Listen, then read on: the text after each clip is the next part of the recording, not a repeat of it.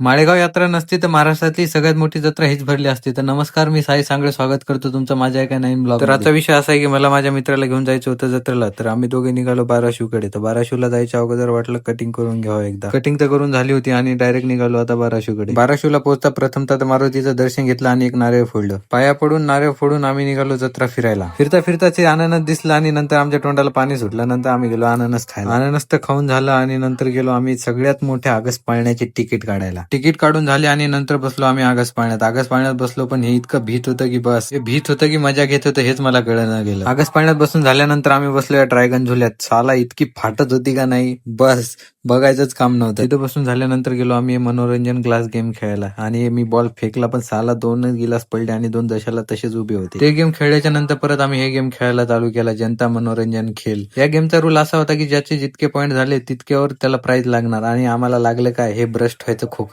मग नंतर आलो आम्ही रिंग सेंटरला. रिंग सेंटरला असा रूल होता की 50च्या 10 रिंग भेटायच्या आणि रिंगचा बरोबर नोटीच्या वर पडली तर ती नोट त्याला भेटणार. पण काय आमच्या नशिबातच नव्हतं. म्हणतात ना ते नशीब गांडू तो क्या करेगा पांडू. ते झाल्याच्या नंतर आम्ही निघालो मग आता घराकडे जाता वेळेस एकदा परत दर्शन घेतलं आणि निघालो घराकडे. तर आजचा ब्लॉग आवडल्यास लाईक, फॉलो, शेअर नक्की करा. धन्यवाद.